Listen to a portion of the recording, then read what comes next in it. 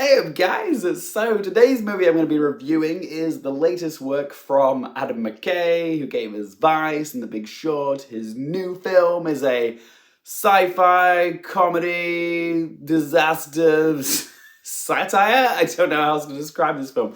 It's called Don't Look Up, and it's in select cinemas right now, but you can also catch this movie on Netflix on Christmas Eve.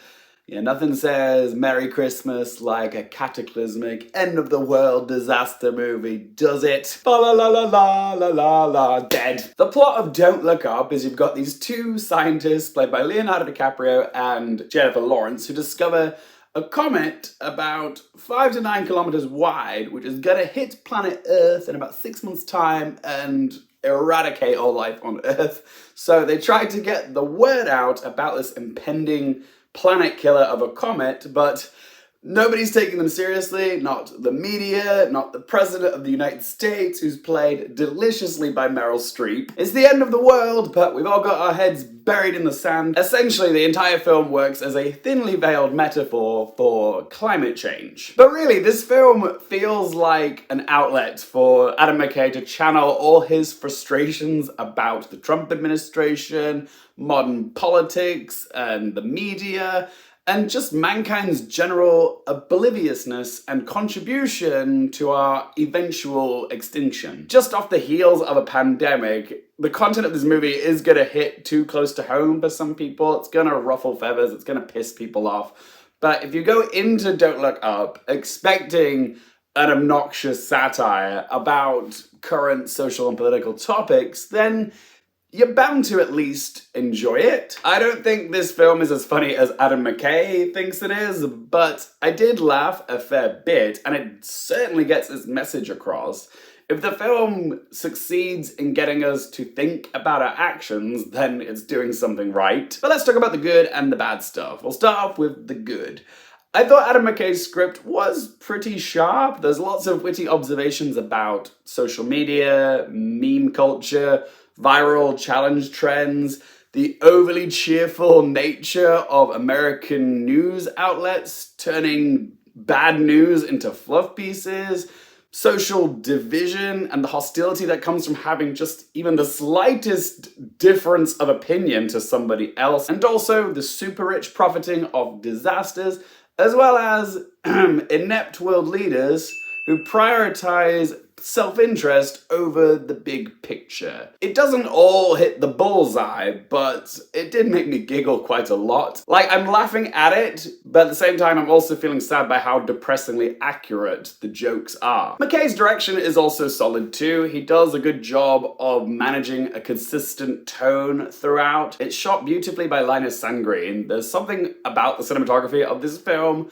which presents our world with this sort of shiny sheen, kind of reflective of how glossy and vacuous modern life can be nowadays. Performance-wise, the standouts for me were DiCaprio, Streep, Blanchett, and Rylance. As an outspoken climate change activist, you can understand why Leonardo DiCaprio would want to do a film like this, but it's interesting to see him play a role where he's actually quite meek and lacking confidence. Cate Blanchett, even though it's just a minor supporting role, she still makes you remember her. Meryl Streep as the president, need I say more? And Mark Rylance as the tech billionaire Peter Isherwell.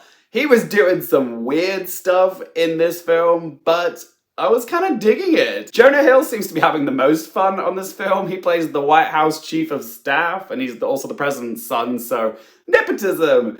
But it is Jonah Hill's thing, so I don't really see a lot of acting from Jonah Hill. He's just kind of playing himself, but it works for this movie. I can't believe I'm about to say this, but Jennifer Lawrence I thought was fine, but I don't think she made the role her own. So many other actresses probably could have done more interesting stuff with this part. Same with Timothée Chalamet. His character could have been played by anybody. I did like Himesh Patel's score, particularly in the launch pad sequence with all the rockets going into space. It was just very majestic and patriotic, just overflowing with the dadgum American spirit. As for the visual effects, I thought they were passable. Like, I was very aware when I was looking at CGI on the screen. It's not necessarily bad CGI, it's just noticeable CGI. As for negatives, It did feel a bit too long at 2 hours and 18 minutes, and there was plenty of stuff which didn't do a whole lot for me, such as the romances introduced for Leonardo DiCaprio and Jennifer Lawrence's characters. Those relationship developments just felt tacked on. They didn't add a whole lot to the story. The comedy in this film isn't subtle at all, but then again, it's not really trying to be subtle.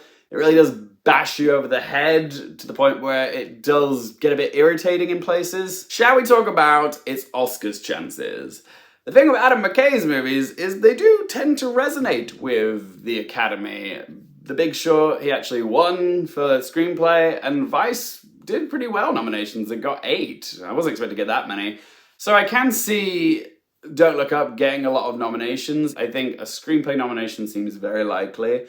Leonardo DiCaprio could show up for Best Actor. He gets one big Oscar-clipped speech, which is very much reminiscent of All the President's Men. And yeah, that one clip alone could land him an Oscar nomination for it. I don't think he needs the nomination, but he could definitely be nominated for this role. But the one nomination that I really wanted to get is Best Original Song for Ariana Grande and Kid Cudi's Just Look Up ballad. This is an actual moment in the movie. It's so well done. It's so extra and over the top, and it's very memorable. So I'm hoping that does get nomination for Best Original Song. Can you imagine if we had both Ariana Grande and Beyonce nominated for Best Original Song in the same year? The pop stars are coming out. Maybe Meryl Streep could get nominated for Best Supporting Actress. I don't think she needs it, but the Academy worships Meryl Streep, and they have given her nominations for a lot less before, so yeah, she could show up here. Maybe Mark Rylance as well, because Best Supporting Actor is such a weird race this year, and a weird performance like Rylance would not surprise me showing up here. Probably along with Jared Leto's performance in House of Gucci. Maybe Nicholas Patel for his score. He has had a very good few years, like he's a name that's on everyone's lips. But right now he's probably at my 5th or 6th spot, and I could see him being rotated out for somebody else. So maybe. As for directing, no, sorry, I don't see it. I know Adam McKay got in for Vice, which was a bit of a shocker, but I can't see him getting in for Don't Look Up. The category is just too stacked this year. As for Best Picture, I can see it getting in. Adam McKay has a good track record for getting Best Picture nominations, and with 10 slots this year, it makes it even easier for him to get in. I personally wouldn't put him in there myself, but the Academy does like picking movies that reflect what's going on in the world, so it's very virtue signaling of them to pick a film that's all about, you know, climate change. I know it's about the end of the world, but really it's about climate change. So yeah, they probably will end up nominating this for Best Picture. But what do you guys think about Don't Look Up's Oscar chances? Let me know in the comment section down below. So let's ask them 3 questions. Firstly, would I watch this again? Sure, I'm not in any rush to watch this again, but there's enough good qualities about it where I will probably revisit it someday. Question 2, do I recommend it for you guys? I recommend Don't Look Up to people who like Adam McKay's work or satirical comedies. So I wouldn't push this on my friends, but it's an enjoyable enough watch. But if you're someone who's easily triggered by sensitive topics, then you'll probably want to avoid this one. And third question, what score do I give it out of 10? I thought Don't Look Up was okay, nothing special, so I'm gonna give it a score of 5.5 out of 10. But as always, guys, it's just one bloke's opinion. Have you guys seen Don't Look Up? If you have, what did you make of it? Whatever you think about this film, let me know in the comment section down below. If you enjoyed this video, help support the channel by hitting that thumbs up button. If you want more movie, TV, and Oscars-related content, don't forget to click subscribe. And if you want to follow me on my social media, Twitter, Instagram, Letterboxd, they're all in that video description down below. And as always, thank you guys so much for watching. For more things related to movies, TV, and popcorn culture, I'm Lee Carefield, and I'll see you next time.